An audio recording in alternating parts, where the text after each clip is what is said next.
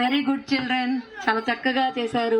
మన దేశమాతని ప్రశంసిస్తూ వారందరినీ అభినందిద్దాం. పిల్లలు ఏదైనా పాట అయిపోగానే మీరందరూ కూడా వరుస క్రమంలో నుంచుంటే